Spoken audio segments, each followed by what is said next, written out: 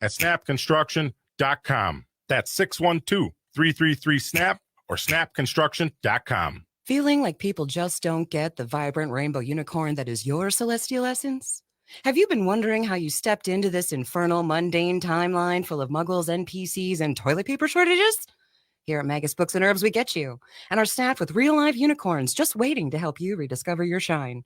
So come explore your magical side with books, herbs, incense classes, and more at 1848 Central Avenue Northeast in Minneapolis or online at magusbooks.com. With a look at your AM 950 weather, I'm Patrick Lilia. Cloudy tonight with a low around freezing, then on Friday, cloudy with a high around 49. Gotcha Mama's Hot Barbecue offers the huge taste of selections like baby back ribs and pulled pork sandwiches out of a little place. Gotcha Mama's is located just a block west of I-35W off of West Diamond Lake Road in South Minneapolis. Visit their website at scotchamamas.com. Portions of the following program may be pre-recorded. The views expressed and the opinions given by the individual host, guest, random reptoid, or chupacabra may not necessarily reflect those of AM 950 Radio, its affiliates, or its sponsors. Now, it's time to step into the unknown.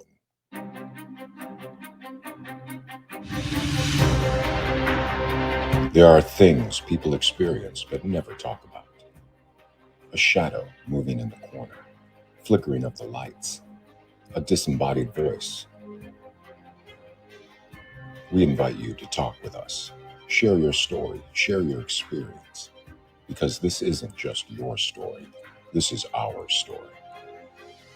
This is Ghostbox Radio with Greg Bakken. And this is Ghostbox Radio on AM 950, where every night we talk about the paranormal, ufology, Bigfoot, and so much more. My name is Greg Bach, and thank you very much for joining me tonight on this. It's kind of starting to become a bit of a drizzle out there, Adam, Thursday evening. I don't know if you noticed that when you're coming in, kind of lightly coming in, it seems like. Yeah, it's starting to drizzle just a bit, and enjoy the temperature while it is, because tomorrow's high ain't going to be anywhere near it is now. Only supposed to be like 35, and currently we're sitting at 40. Oh, very interesting. Good to know. I wasn't quite sure. I mean, I'm sure that they were talking about it when Patrick did the weather, but I guess that just kind of went over my head. I guess I wasn't paying. Well, I was giving you current temperature. Oh, that's true. That wasn't current. What? He said it's going to be freezing tonight. Oh, I thought he was in the other room telling us this. I thought so too. I don't know. I think it was a Sasquatch though. I think we have Squatchy over there. All I know is every time he talks about Scott Your Mama, I want to go and check it out. I do too. Should we go do that sometime? We should do that. We should do it live out there, like one Saturday. Just hop. Oh, no, we'll do it on Sunday afternoon, just for old times. Just like the old days at 4 p.m. Yeah. Right? Yep. No, that sounds good. Before we bring on our guest tonight, I have to say we haven't spoke really since the Halloween episode. No, we haven't. I've been keeping my distance. Yeah. Distance. You people scare me. No, yeah. I'm kidding. You scared Matt McNeil. Good. Somebody needs to find. I tuned in the next day, and he starts off the show talking with Brett. He's like, Bakken says the place is haunted. And it's like, well, you just find that out now? Yeah, when you're here, there's lights on. Folks, there's no lights on in this station. We keep this place very dark at night when we do the show. So, well, he's got the Cush gig. He's out of here by like 4. Yeah. So the sun is still up by the time he leaves. This place changes when that sun goes down. I said that to him. I said it's a different place, and no one believes me. And I think, as I said, the night that the internet went out, it's like Jurassic Park, because we had to go way on the other side of the building. We don't know what's waiting for us here. And there a velociraptor waiting for us, and this, because the place is very different at night here. Oh yeah, I would have been scared. The velociraptors, they run around this place. I mean, we've only ran into Percy, little snake, but I know that there's a raptor out here somewhere. Yeah, I've heard it scratching at the door. This place is like the era of time forgot. So yeah, no, very much so. We got Marshall, Will, and Holly just in the other room here. Yeah, for the land of the lost and the slee stacks. Yeah, there we go. So okay, Adam. Now, we don't normally bring on someone to talk about their great-grandfather and use words such as monster, use the word as killer, mass murderer, This is something that we don't normally do on the show. No, this is kind of a step into a new waters for you. Yeah, we don't do a lot of true crime. But tonight we are going to do so. And I've been very, very happy that Mr. Jeff Mudgett has agreed to join us tonight to talk about a number of things. Mr. Mudgett is a graduate of University of San Diego School of Law, member of both the California and Washington State bars, honorably discharged United States Naval Reserve commander, and also the great-great-grandson of H.H. Holmes, also known as original name Herman Webster Mudgett. So, Jeff, welcome to Ghostbox Radio. Thank you, Greg. I've been looking forward to being on the show with you tonight. That's very kind. We've been really looking forward to having you on the program as well. And folks, if you want to put any questions into the comments section, Jeff, are you okay? I mean, we talked about everything before the show except about how the show works, which shows a good sign of how good Adam and I are at this job. Is it okay if people have questions for you tonight? I enjoy that very much. Go ahead.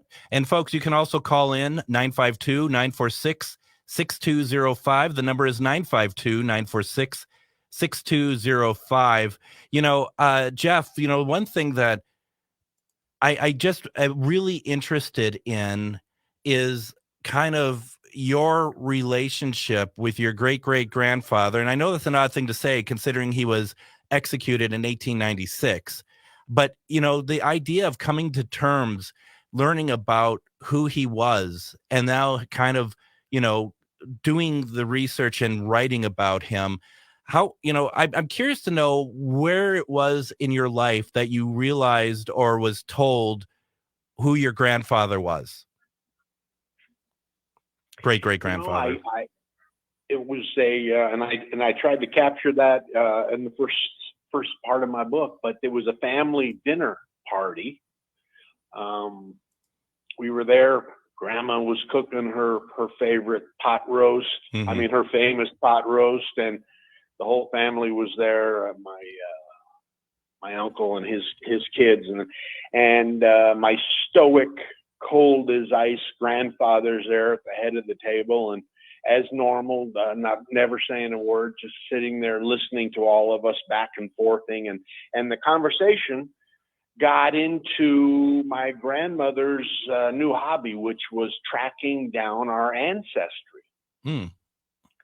And she was off on a tangent about how we were all descendant from General Robert E. Lee of the Civil War. Oh. And that was who she was convinced it was. She had hired a group, an expensive group, to track it down. Mm-hmm. And at dinner that night, she had decided to tell us all that it had come to something different than that. It had come to something where these investigators had called her up and said that we've got something to tell you. You may not enjoy this, but it's part of our job. There was nothing about Robert E. Lee there. This was a terrible, horrible man, maybe the most monstrous in American history. And they went on to describe H.H. Holmes, which was his real name, as you said, was Herman Webster Mudgett, but he had 40 different aliases. He was a con man extraordinaire, fraud, criminal scheme ever. He was probably the slipperiest American that ever lived. And we sat there at dinner that night, and she very honestly told us all the truth. We all were, we were all sitting there listening, pretty much waiting for apple pie, to tell you the truth. But my brother then jumped in and started giving us the details about the murder castle and people and serial killings and mass murders. And Greg, it was an incredible moment, because I had never been friendly with my grandfather before. I mean, it was never one of those go fishing with grandfather relationship. And I'll never forget how he finally exploded, hearing enough, slammed his fist down on the dinner table, said that name will never be mentioned in this house again, and stormed off. Wow. And that's how I found out I was the great-great-grandson of H.H. Holmes. Oh, goodness. And did you wouldn't have known who H.H. Holmes was before this, though, right? Not a chance. Yeah. No. But I mean, still, from there, and did that ignite your imagination of like, I need to know more about him? Like, did that just make you want to know more? Yeah, that's pretty much, that's the type of lawyer investigator I was, Greg. Mm-hmm. Once something got in that kernel, I could never just turn it off. So I started picking up anything I could, and found out there was quite a few books written about this man. Mm-hmm. And you know, his escapades, his trial, his, as you said, his supposed execution, all those things. Legend and lore about things that had maybe happened afterwards that you know, fascinated me. So I set aside the old hobbies I had and took up H.H. Holmes. And as anyone in your audience will agree with me on, this story in American history, this true crime story, probably has more tentacles than any other in existence. It just never stops growing. I just got hired by an outfit in Texas who wants to do a story about Holmes's escapades when he was down in Texas. Wow. And you know, and you saw I did a mini series with History Channel called American Ripper about the possibility that H.H. Holmes was Jack the Ripper in 1888 London. Right. And it just those tentacles just keep playing out, and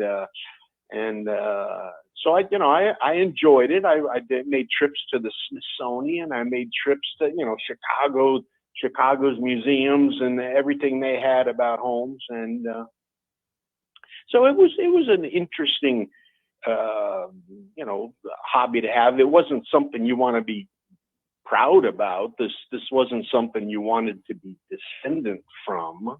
I mean, there were people actually calling him the spawn of the devil. Yeah. Those things, an evil genius that had gone to medical school at the University of Michigan, graduated well, had gone out into business, decided he had little interest in helping people regarding their illnesses, so he instead took up selling skeletons, things like that. Right. And making them too. And I guess making shortcuts to them, Greg. Yeah. And so it was so there, it wasn't anything you were proud of. But then when my grandfather passed away, Greg, I'm kind of jumping ahead a little bit, but no problem. When my grandfather passed away, the one that had said that name will never be mentioned in the house again, he left me some things for the rest of the family, as all good families do these days. We're haggling over wills and testaments and property and things like that, and I was pretty much just I was resenting the fact that here was a man that used to go off fishing for 2 or 3 days, and that I used to love as a little boy to fish whenever I could, and my grandfather never invited me fishing. Mm-hmm. So you can imagine I had very little interest in how he had died or not. Sure. So he knew that was my interest, and he left me a couple of tackle boxes with some of his old fishing gear in them, with a very interesting note regarding our ancestor. And in the bottom of the tackle boxes, and I write about this best I could in my book, was some material that he had his whole life that had belonged to his evil grandfather. Mm-hmm. So now we were talking, this was getting very interesting all of a sudden. Yeah, it was. And that's when I pretty much set aside my life as a lawyer and took up finding out what was the truth about this evil man, and it's seeing if I could maybe set American history straight. What in what way were you going to try to set it straight? Well, the family had this. The people that my grandmother had hired had told her that there was some interesting legend about this man after the alleged execution, about a Mudgett curse that had gone on after that. Anyone who had been involved in his arrest, his trial, his incarceration, his execution, many of them met with these terrible misfortune and endings to their lives. And the stories grew ghastlier and ghastlier about what had happened to them, and whether there was a demon, a devil, whether there was a ghost involved, or whether this man maybe hadn't been executed at all, after all. Yeah. So I started looking into those things and the facts, and that's what I'd been trained to do. That's what I did at law. I see. Yeah. And that the facts started emerging, and the story started getting more Stephen Kingish every time I took another chance. and like I said, I became obsessed with it, and finally just started looking into the more fascinating aspects about it, including the fact that he might have been Jack the Ripper in 1888 London.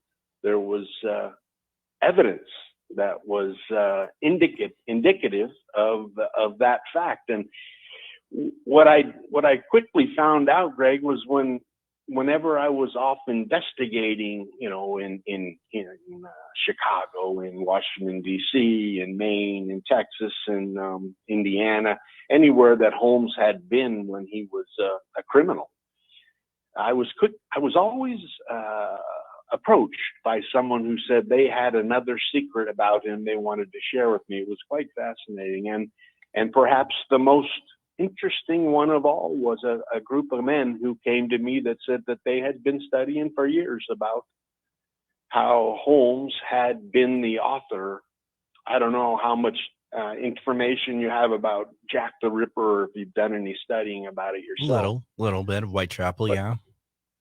Yeah, and the famous Dear Boss letter. Mm-hmm. And they had said that they had obtained evidence indicating that Holmes had been the author of the Dear Boss letter. Wow. And they came to me seeing if I could provide them with some more of my great-great-grandfather's handwriting, and that we could perhaps do a professional comparison of that thing and see what kind of results we came up with. Wow. Go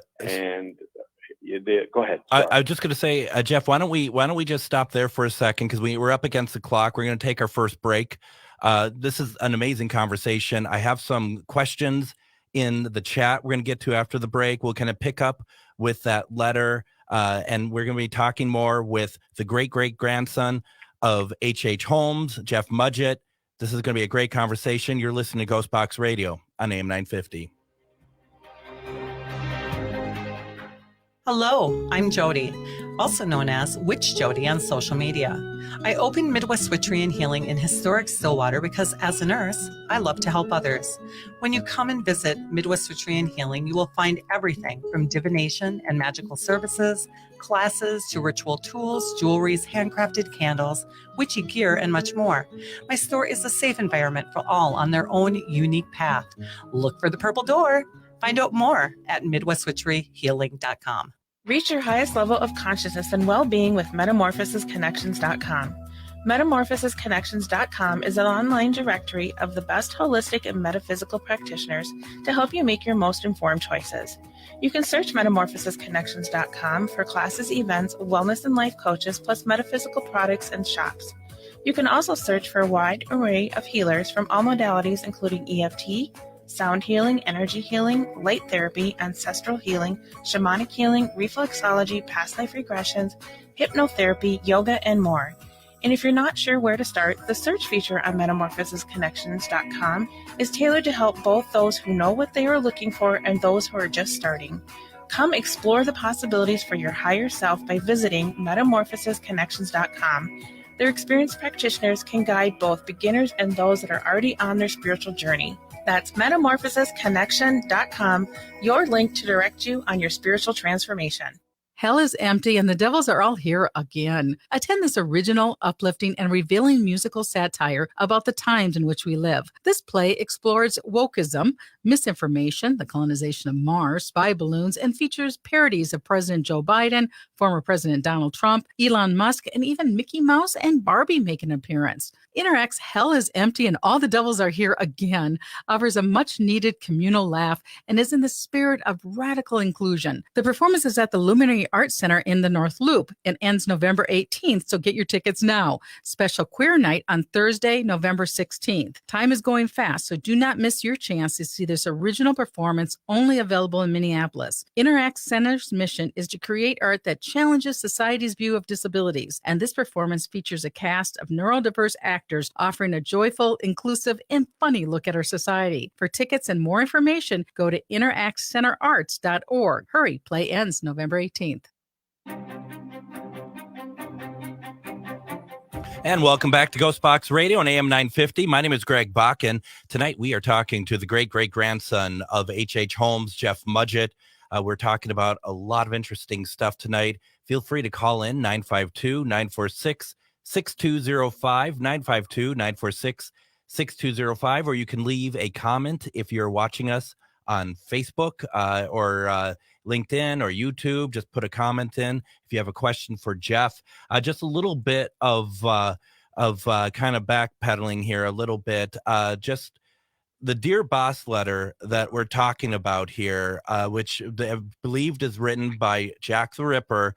It was a letter written in red ink, was 2 pages long, contained several spelling and punctuation errors. The overall motivation of the author was evidently to mock investigative efforts to allude to future murders. And it was sent to the Central News Agency of London on the 25th of September, 1888. So, Jeff, you had mentioned that people had come to you who believe that that letter could possibly have been written by your great-great-grandfather, H.H. Holmes. Yeah, and when as you realize that Jack the Ripper is the true crime mystery of maybe of all time, and the phrase is known by billions around the world. And whenever there's a new movie or a new book, it seems they all do really well. But anyway, so they came to me with this material.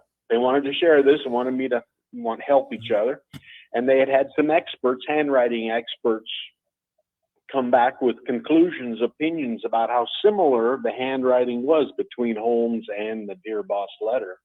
Wow. Which you characterized excellently, and but it had always had this strange little tint to it about how it had been a journalistic hoax, possibly never the writing of the actual killer. And so it had we had some hurdles to get over, but having practiced that type of law, I knew that the Supreme Court had just come up with a killer decision about handwriting comparisons, expert opinions, and what was required before something like that would actually be determined a fact. So, I took the material these fellas had given me up to the University of Buffalo, to an organization called the Cedar Fox. And these scientists there were working for the FBI and the Department of Justice, the Post Office, the Treasury, and they had been hired to create a computer program in order to compare handwriting. Mm-hmm. So when I contacted them, they were eager to see what I had. We We flew out there, took the material to them, and they agreed to run it, the Dear Boss letter, with my great-great-grandfather's handwriting through their computers. Well, Greg, and I can show any of your listeners this, the ones that are that interested. The numbers came back 97%. Wow. Ooh. Which everyone there, their jaws dropped. Yeah. We were all shocked because we all kind of thought this was all just a hoax, a kind of a joke, something. Well, now we were into something different. And once that information got out about that kind of number, I was contacted by the people at TED Talk, who asked me to give a talk in Vancouver, British Columbia, about whether the handwriting was my great-great-grandfather's or not. And so once that TED Talk was a huge success, and once that was done, then I was contacted by the people at History to do a miniseries called American Ripper, about how my co-host and I, she was Amaryllis Fox, she was an ex-CIA operative. I think they were trying to make us look kind of like Scully and Mulder. Yeah. And it didn't work. But so then we had an 8-part miniseries in 2017, tracking down my great-great-grandfather all through the United States and through London, and seeing if we could prove it true. But you know what we came up with was a lot of great numbers, a lot of good evidence, a lot of material that has yet to be disputed by the FBI, by Scotland Yard, anyone. And but as you know, with anything Jack the Ripper, it's very difficult to prove anything that society would be willing to accept is the true answer. I agree. Yeah. You know, it's interesting, Jeff, that, you know, from what and I'm by no means a Holmes expert at all, but from what I've seen, that it kind of fits in with your great-great-grandfather's veracity of liking to write. He seemed to like to write about himself and like make himself known. So a letter like the Dear Boss letter doesn't seem to be too far of a leap for if people are really thinking that Holmes was Jack the Ripper. No, you're exactly right. While after being found guilty of murder, he was, incarcerated in Moyamensing Prison in Pennsylvania. And he was immediately contacted by the Hearst Corporation, the big publishing house, who paid him an amazing amount of money for the time in 1896 if he would write his memoirs right there in prison. And so you're right. He liked to write. He was good at it. Yeah. He was, he had no problem going outside the lines as far as truth was concerned, but quite often. But he was a writer, and so the this discovery that I had at 40 years old about who my great-great-grandfather was, and when you think about great-great-grandfather, you're thinking about my grandfather's grandfather. Yep. And which gets it pretty close. And while the rest of the family had gone on with their lives, I was obsessed in finding out what was going on here, and I was certainly being contacted by all the TV people, all the TED Talk people, all those people want me to write a book now all of a sudden, and so it was a fun thing to do. But as I write about in the book, Greg, and this is more to your subject matter, my life started changing. I started developing this disorder, a mental condition. I started having blackouts, which resulted in dreams, very strange dreams all of a sudden, nothing I'd ever had before in my life. Mm-hmm. And when I went to the medical science people, my neurologists, Yeah. they diagnosed it as that I had come up with a case of epilepsy, and I was having seizures. Oh. And these seizures had the result of me losing track of where I was for a period of time and having these dreams, which continually began to be visits from you-know-who. And I started having visions and voices and secrets about the real story, and which the doctors all told me, Greg, were normal for epilepsy. They were normal for seizures. That's what happens in those things. They can also be violent. You can also, actually, people die from grand mal seizures. Mm-hmm. And, so that was a big change to my life. And so I started thinking about the paranormal. I started thinking about the supernatural. I started thinking about ghosts, which I'd never done before. And falling back on, what the rationalization that the physicians had given me. Mm-hmm. But we kept our investigation up, but I just kept struggling with that condition that had suddenly emerged. And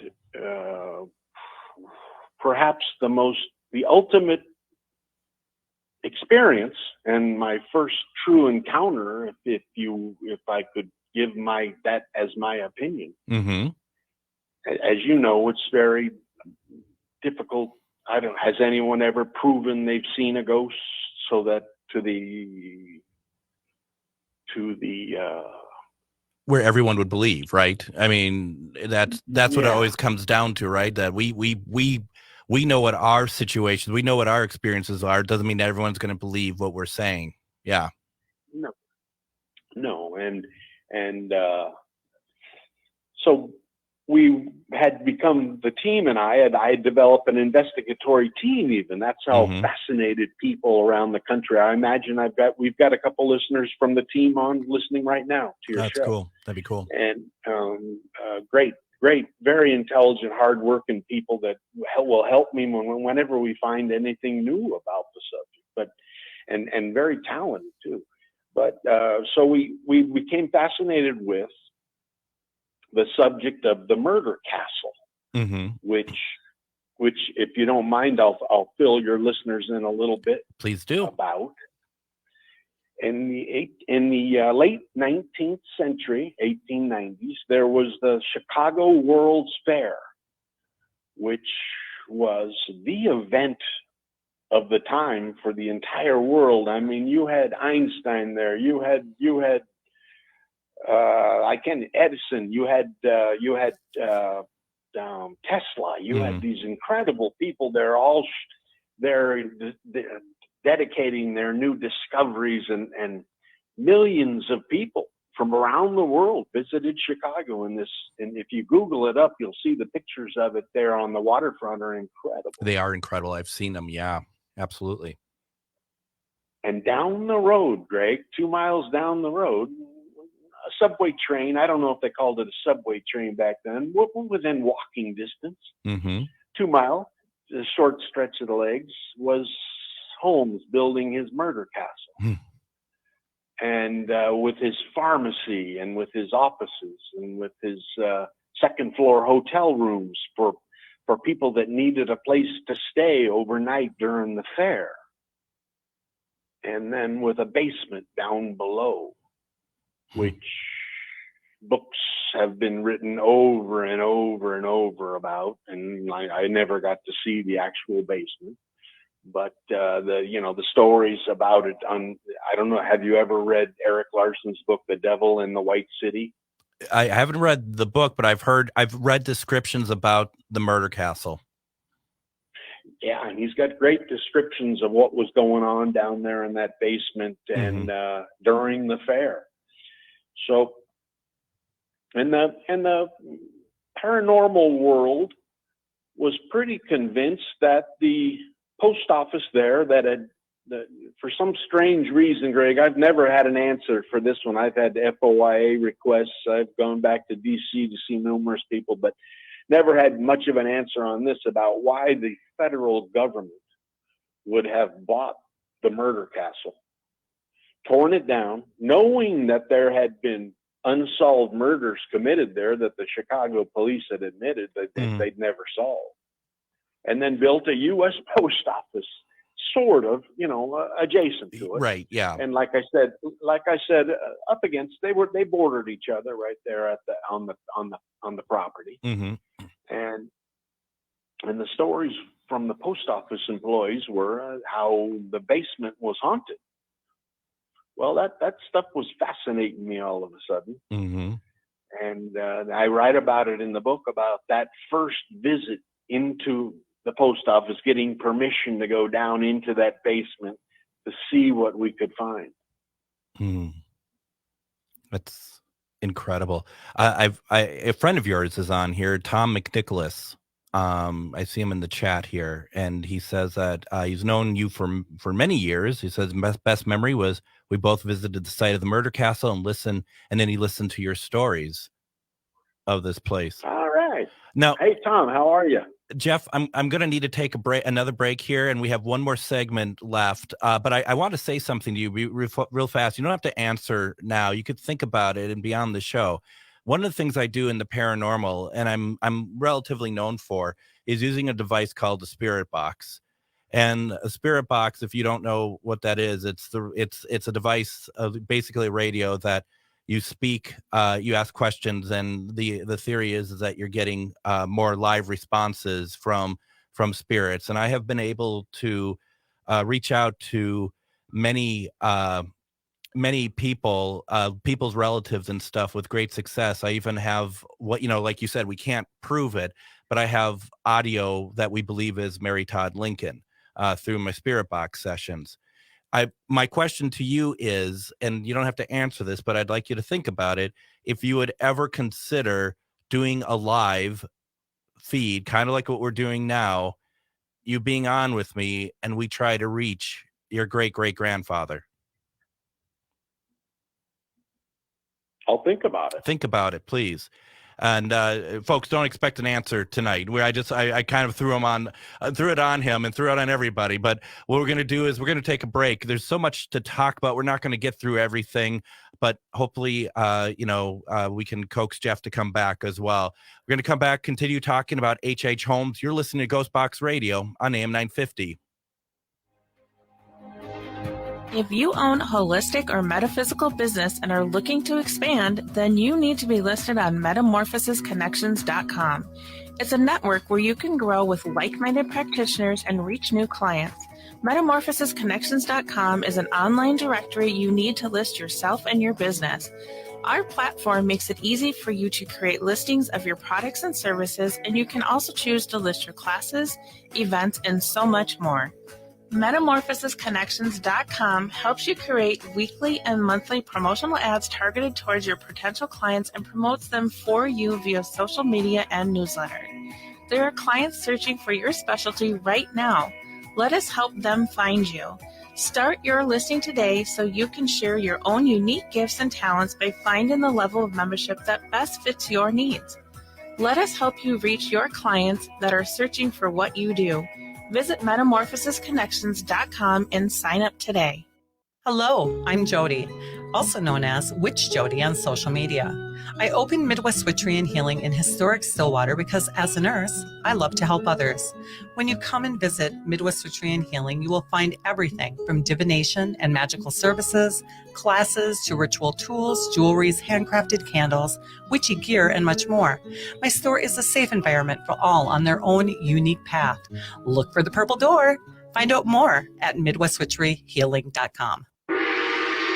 Magus Books, your multicultural spiritual supply store. Stop in and expand your horizons with books, classes, readings, and supplies at magusbooks.com or in our shop at 1848 Central Avenue Northeast in Minneapolis. From the best incense to beautiful statues, we have supplies and books for your spiritual explorations. Come in and chat with our knowledgeable staff and get what you need for your next adventure, whether you're fighting ghosts or opening your third eye. Check us out today at magusbooks.com. With a look at your AM 950 weather, I'm Patrick Lilia. Cloudy tonight with a low around freezing, then on Friday, cloudy with a high around 49. Hell is Empty and All the Devils Are Here Again offers a much-needed communal laugh and is in the spirit of radical inclusion. Performances are at the Luminary Arts Center in Minneapolis now until November 18th. Get your tickets at interactcenterarts.org.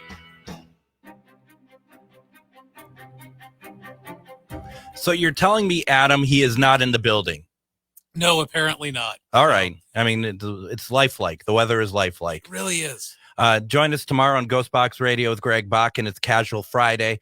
We'll be going through some stories. We'll be talking about feedback that we've been getting, talking about the different episodes we've had this week. I have a feeling this one might pop up again tomorrow, talking a little bit about it. Though, Adam, I might be doing it from the studio at home. I just want to let you know I have a big day Saturday. So I may want to just be at home and do my thing because I have to get up early and get stuff done. It's going to be a good day Saturday. Yeah, it's supposed to be nice. I'll be doing yard work, so enjoy your event. Oh, thank you. Not so much an event, but I appreciate it all the same. We are talking with Jeff Mudgett. The name might be very familiar to a lot of you true crime fans, as he is the great-great-grandson to H.H. Holmes. And we're having a really fascinating conversation tonight. Jeff, that was one of the questions I was going to ask you, and I wasn't sure when we would get to it, was the paranormal aspect of, do you believe that your great-great-grandfather had come to you in any way, shape, or form? And it appears that he has. Oh yeah, there's no doubt about it. That first trip into the post office basement, as I mentioned to you and Adam before, that I wasn't a believer going down those steps. I didn't believe in the supernatural, the paranormal, spirit. I didn't even believe in God, to tell you the truth. And I tried to capture. That's one of the things that I've noticed, Greg, reading lately about, people's experiences with the paranormal. It's a very, very difficult subject to capture well in writing. Yeah. And it almost comes off sounding silly sometimes, the stuff I've read. And I tried to put it into words that maybe a believer, someone like you, could understand how that first trip down those steps into that basement, what had happened. And there's no doubt in my mind that I had an encounter down there with my great-great-grandfather who didn't like the man that I had gone down there with, the team member with. And suddenly this vision voice wanted me to hurt the guy that I had played college basketball with, the guy that he and I had done many, many things in our life together with, great, great friends. And he didn't like that at all. So to tell you the truth, Greg, that spirit box question you gave me earlier, I wouldn't mind doing that at all. I've for a long time believed that, and I tried to get some of the big ghost hunting teams to do it with me, but none of them were willing to do it. Yeah. For a long time, I've believed that basement at 63rd and Wallace in Chicago will one day prove the paranormal. If there was a professional team that went down there with me and that encounter happened again, that they could record. Yeah. I mean, I think we would get something. And it may take more than one session. I don't know, but I think that there's such a link between you two, that being told to hurt your friend. How strong was that? Was it like really strong? No, yeah, I captured that well. That's my favorite chapter of my book, chapter 27. The episode down in that basement where the spirit, or as my neurologists say, the vision that I had during another seizure, wanted me to kill him. It didn't like him down there with us. It wanted he and I to be there alone, just the two of us. Mm-hmm. Yeah. Yeah. And I had to sit down in the corner of this dark, dusty, spider-webby old post office basement that no one used of the employees because they all thought it was haunted. And they were right. and they were right. And we found some original tunnels that while the post office hadn't built directly over the top of the murder castle, there had been two of the original tunnels that Holmes had built in the basement of the murder castle that for some reason the engineers for the post office had left down there in the basement for the post office. So fascinating stuff, we crawled up inside the tunnels, and to tell you the truth, Greg, it all got to be too much, and I had to sit down, catch my breath, and finally told everyone there that I'd had enough. I needed to get out. It's almost too much even hearing it, and we're not even talking about the murders. I mean, for some reason, I can, I don't know. It feels like the energy is even just shifting in here a little bit, just talking about it. That it seems so claustrophobic, it seems so dark. And I like what you said about how you're writing it in the book. We never say the name of the book. It's called Bloodstains, and you can get the book off of Jeff's site, which is buck29cafe.com, because the ebook is $1.29. So there's no excuse not to get it. But to be able to write it, because people like us who investigate, and I'm not saying it's not accessible to people who don't investigate, but people like us who investigate, we're going to feel the same thing that you are talking about because we've experienced similar, maybe not exactly the same, but we've experienced that before. So we understand like your reactions and why you're writing it a certain way. You know what I mean? Oh, can I tell you something very honestly? What you just said was very accurate, and the reason why I put the book, an ebook, on my own website for $1.29 was I wasn't trying to make money on this. I wanted to be with someone maybe like you, the one that showed the world that this isn't a hoax, this isn't a joke, this isn't people making up ghost stories. This is an energy force that I felt myself. Mm-hmm. And I'd love to be the one that gets to help prove it. Yeah. I'd love it. Well, and it's also interesting that, it could be proved with somebody like Holmes, because that dark nature, I could imagine that he doesn't want to leave the earth. He wants to stick around. He wants, who knows what he's doing now, that it might be like, if he could go into your mind and try to make you hurt your best friend, who's to say he's not doing it to other people? He's still not playing the game, or he's still playing the game, right? Oh yeah. And there was a part of it all, Greg, where he was interested in someone filling his shoes, to tell you the truth. One of my favorites, and one of my favorite television shows, and I know it's got to be yours too, only my story goes to the evil side where that story goes to a good side, was Dexter. I used to love watching Dexter. Yeah. And that connection that he had with that energy. Mm-hmm. And I tell you what, it's I know there's a lot of people that think anyone believing in this stuff has, is loony, is goofy, all those things, and I'll accept all those things, but I know what I felt and saw. Yeah. And like I said, I'd love to have someone join me down there that has the ability to record it if it happened again, professionally, with the right equipment, and maybe present it as something that I don't know. It's been there's how many How many people do they say now, Greg, believe in the paranormal in America? 100 million? There's a lot. There is a ton. It keeps growing now. Yeah. And I'd love to be. I've been long convinced that 63rd and Wallace in Chicago may be the place where it's actually done. I know.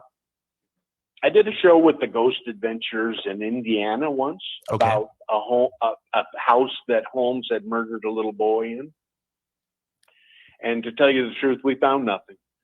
And then there was another show in that wanted to be done in Toronto, where he was supposed to have murdered two twin little girls. Mm-hmm. And that didn't work out. But I've always long wanted that one more shot at 63rd and Wallace. We'd have to get permission from the federal government. Yeah. You'd have to find someone there that has the authority, that's a believer, I guess. Mm-hmm. And that would give us a shot. But what an opportunity we'd have, huh? Yeah, let's do it. Let's figure out a way to do it. I think that that would be amazing. Now, the boy that you went to the house in Indiana for Ghost Adventure, was it related to the Peitzel killing? Like, was it one of the Peitzel boys, or? That was the little Peitzel boy that Yeah. that Holmes murdered. Yeah, and that poor innocent boy that had nothing to do with any of the crimes, or the Peitzel father was involved. He was a cohort of Holmes and some of the crimes they committed. And then the two little girls in Toronto were the sisters. And they were suffocated. Well, they were put in a like a trunk or something, and they were gassed, weren't they? Oh yeah, and then had their feet cut off so that they couldn't be identified with feet and the whole thing. And he was the terrible man. There's no. I've long wondered why, Greg, the ghost thing, seems to gravitate toward that evil side. But I guess it has to do with an energy force, with how that man would have thought when he was alive, I guess. Well, and you got to wonder too, Jeff, if it's also due, because I firmly believe that, there are certain people who don't want to cross over because they know what they've done, and there might be, whether rightly or wrongly, they fear if they cross over what's waiting for them. And I wonder if that's why you get so much darker energy, because maybe some of them don't want to cross over. And I still do go back to thinking that Holmes in particular would love to. I mean, if he realizes that he can mess around with people, he's not going to go anywhere. I mean, this is exactly the sort of thing he would want to do. I completely agree. And that's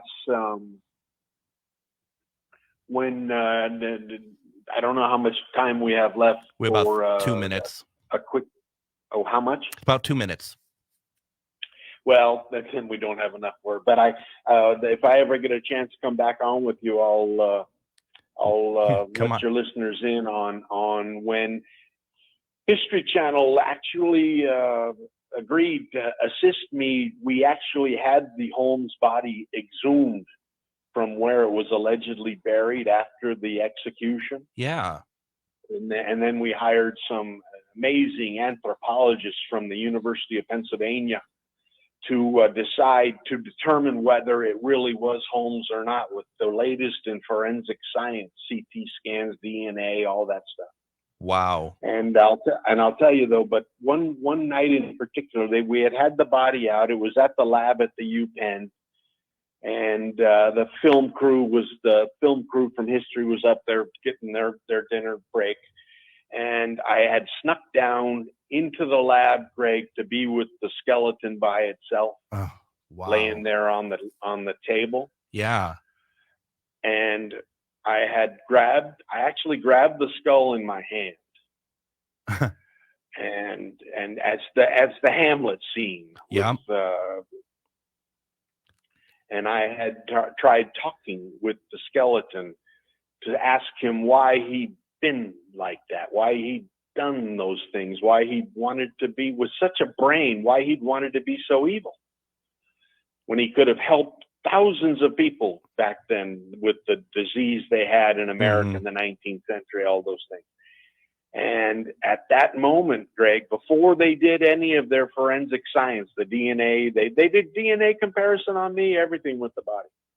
And at that moment, I knew it wasn't him. Oh, wow. It just was felt a substitution. You felt it.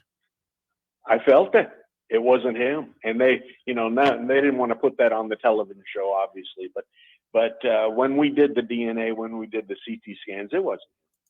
Incredible. Jeff Mudgett, we're going to have you back on the program sooner than later. And then maybe you and I can talk briefly off air about a couple things. The book is called Bloodstains. You get it at buck29cafe.com. I will put that on the website. Jeff, thank you so much for your time tonight. What a great conversation.